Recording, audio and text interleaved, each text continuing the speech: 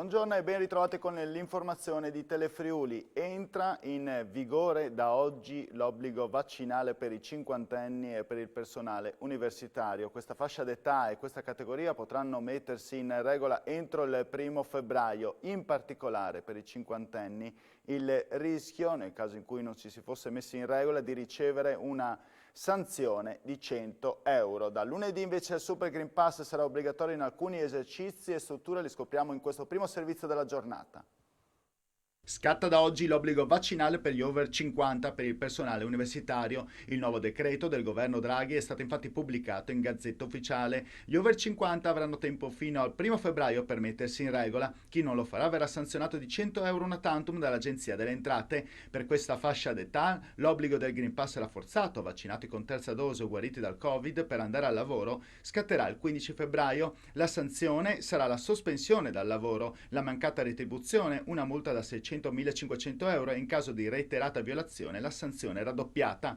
L'altra grande rivoluzione scatterà dal lunedì 10 gennaio quando il Super Green Pass sarà obbligatorio in alberghi, sagre, feste per cerimonie civili e religiose, centri congressi, ristoranti anche all'aperto, impianti sciistici, palestre, piscine, centri benessere anche all'aperto, centri culturali e sociali, aerei, treni, navi e trasporto pubblico locale, dove vige anche il rispetto della mascherina FFP2 dai 6 anni in su.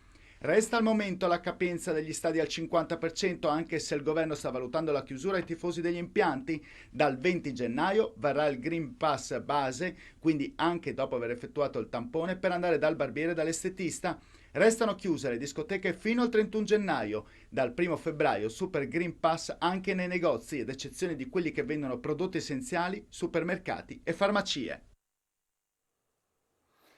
E ci sono delle polemiche innescate sulla questione scuola, in particolare anche in Friuli Venezia Giulia, dei presidi che avrebbero voluto la DAD in questi primi giorni e la riapertura in presenza a partire dal 1 febbraio. Le lezioni invece sono ricominciate, ricominceranno a pieno ritmo lunedì, consistente però la percentuale dei studenti già assenti o soprattutto numerosi docenti da sostituire perché sospesi o ammalati, ed è già caccia al supplenti. Sentiamo.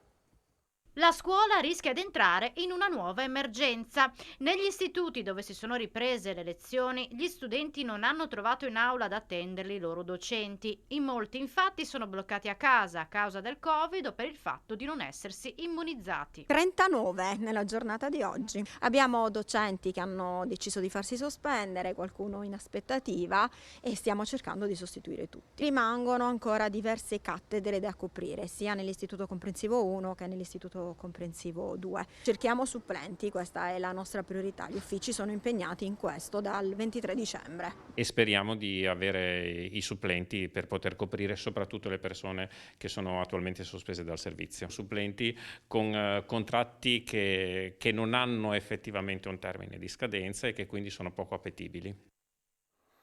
E ci sono già le prime classi in quarantena, 4 all'Istituto Zanon che ha ripreso ieri le lezioni con la didattica a distanza. Il preside Fiorentini, sconsolato, dice era meglio ricominciare a fine gennaio. Abbiamo avuto 4 classi in didattica a distanza e tanti studenti con il contagio in quarantena che hanno seguito le lezioni da casa. A questo punto era meglio rinviare la riapertura? È quello che tanti di noi hanno chiesto, anche io sono nella lista dei richiedenti, e quindi di differire la ripresa delle lezioni in presenza di un paio di settimane, almeno alla fine del mese di gennaio. Gli studenti cosa dicono? Ma gli studenti, devo dire che alla fine si comportano in maniera abbastanza responsabile, collaborano con noi nel confronto, nella decisione da prendere. Paura non ci sono? Paura c'è, insomma, timori ci sono. La Procura di Udine sta valutando i profili di responsabilità penale dei Novax che hanno creato code disagi negli hub vaccinali di Martignacco e Gemona. 50 gli episodi in pochi giorni, ieri un vertice in prefettura. Sono stati 50 i momenti di disturbo di gruppi Novax che da domenica e fino ad oggi hanno creato lunghe code e disagi negli hub vaccinali del Fiera di Martignaco e di Gemona.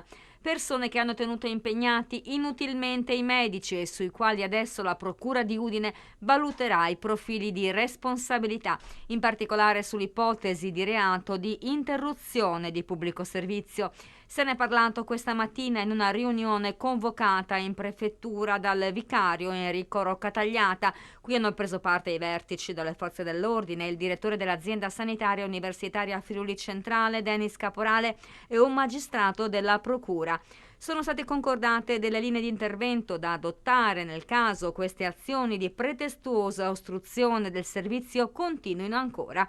E sempre questa mattina un gruppo di Novax è stato ricevuto dal vicario per una consegna di firme.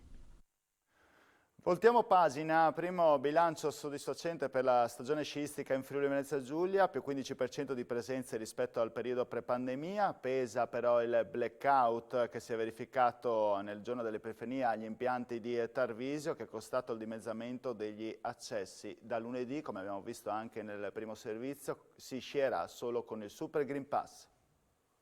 Riprende quota dopo un anno di lockdown la stagione invernale in Friuli Venezia Giulia e lo fa grazie soprattutto ai turisti locali. In un mese dalla riapertura degli impianti, Promoturismo afferma che il bilancio nei 6 poli sciistici fa segnare un più 15% in termini di presenze rispetto allo stesso periodo del 2019-2020.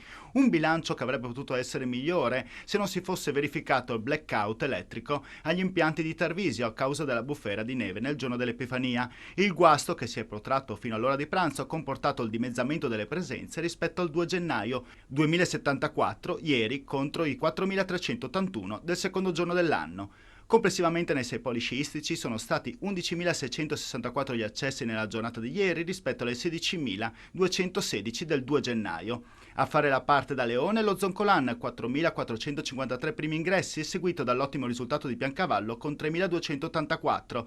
Seguono nell'ordine Tarvisio e quindi Sappada con 1.997 presenze, leggero aumento rispetto al 2 gennaio, Forni di Sopra con 1.201 ingressi e Sella Nevea con 652 accessi.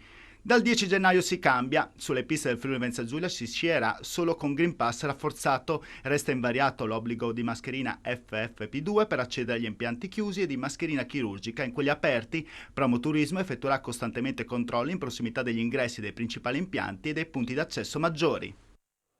A proposito di condizioni meteorologiche, il 2021 ha visto un andamento positivo della qualità dell'aria con un minor superamento dei limiti di legge sulle concentrazioni di PM10 rispetto agli anni precedenti. Vediamo tutto nel prossimo servizio. 2021 di segno opposto rispetto al 2020 per quanto riguarda la qualità dell'aria in Friuli Venezia Giulia. Da un lato le stazioni di misura di ARPA hanno rilevato un aumento dell'ozono, dall'altro un consolidato trend di leggera riduzione del PM10 nelle aree più impattate da questo inquinante. Le automobili di adesso sono molto meno inquinanti, è iniziato da tanti anni anche un percorso virtuoso per quanto riguarda le attività produttive proprio per ridurre la quantità di inquinanti emessi in atmosfera, e da ultimo adesso si sta iniziando a lavorare e si vedono i benefici anche del settore domestico con la coibentazione degli edifici, anche con le caldaie più efficienti. Da un altro lato, visto che le polveri sono un inquinante tipicamente invernale, diciamo in inverno l'atmosfera tende a chiudersi su se stessa e quindi a lasciar lì dove sono gli inquinanti che vengono emessi. Ecco, il periodo invernale a causa dei cambiamenti climatici è diventato via via più corto, e questi due effetti, le misure diciamo così di miglioramento e la meteorologia, in qualche modo ci stanno dando una mano per ottenere questi risultati buoni per quanto riguarda la qualità dell'aria, in particolare le polveri. Ci trasferiamo ora in Valcellina, in Alta Valcellina, dove da tempo i cittadini invocano il ritorno della Guardia Medica. A lanciare un altro appello alla Regione è il sindaco di Barcis, sentiamolo. Valcellina e Alta Valcellina, le prese con i soliti problemi.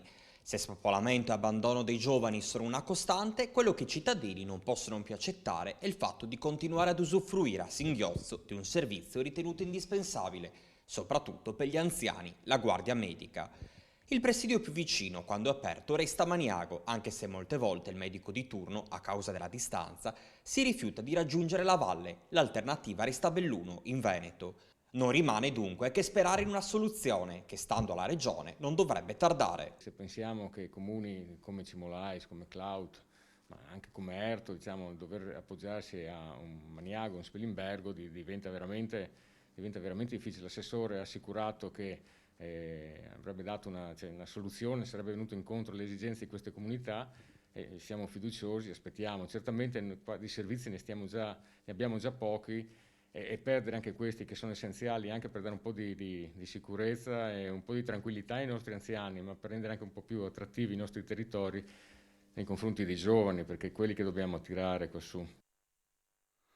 La pagina sportiva è sub iudice la gara tra Fiorentina e Udinese, non disputata nella giornata di giovedì a causa dei numerosi casi di contagio riscontrati nella squadra bianconera. Lo dice il giudice sportivo che ha posto sotto giudizio anche Atalanta-Torino, Bologna-Inter e Salernitana-Venezia. Nessun 3-0 a tavolino. Per Udinese e Salernitana sarà presa una decisione il 18 gennaio. Nel frattempo l'Udinese Calcio comunica che in seguito a ulteriori test molecolari effettuati sui componenti del gruppo squadra sono stati riscontrati 5 nuovi casi di positività al Covid-19, 4 giocatori e un membro dello staff. Il club fa sapere che dunque i membri del gruppo squadra attualmente positivi e dunque in isolamento sono 15, ovvero 12 calciatori e 3 componenti dello staff. Chiudiamo con il ciclocross, seconda giornata di gare oggi a Variano di Basigliano. Sullo spettacolare circuito del Colle di San Leonardo si assegnano i titoli tricolori giovanili dopo i master e la staffetta di ieri. Domani il gran finale con i titoli elite. Abbiamo sentito il sindaco di Basigliano. Ma già un grande spettacolo qui sul Colle di San Leonardo, ci aspetta un weekend importante. Beh, guardate quello che ci circonda, il posto che ci ospita, per rendersi conto di quanto bello sia questo sport nel posto in cui questo sport diventa eccellenza. Questo colle, questa location è eccezionale. Oltre ad aver dato i natali a Daniele Pontoni, aver visto muovere le sue prime pedalate qui, questo è un luogo che vive tutto l'anno, no? Per l'impegno delle associazioni, di chi ci lavora, di chi ci opera. Il Covid ci ha sottratto la grande festa di luglio che si ha in questo luogo, ma qui si respira senso di comunità, no? E quindi poter portare campionati italiani in questo contesto è eccezionale e io ringrazio la DP66, ringrazio Daniele, tutta l'organizzazione per aver consentito a Basiliano e a tutto il Friuli di ospitare questa manifestazione che è eccezionale. Quello che si vede poi per le strade, no? Tanti camper, tanta presenza, nonostante le limitazioni che dobbiamo affrontare, è un qualche cosa che ci lascia sperare, no? Che lo sport possa essere veicolo anche per qualcosa di grande, per una nuova normalità. Quindi a tutti quanti l'augurio di trascorrere questi 3 giorni alla grande in serenità, vivendo lo sport e respirando il grande ciclismo e il grande ciclocross in questo luogo che è la sua casa. Non ci sono altre notizie, l'informazione con Telefriuli torna alle ore 19, intanto vi auguro buon pranzo e buon pomeriggio, arrivederci.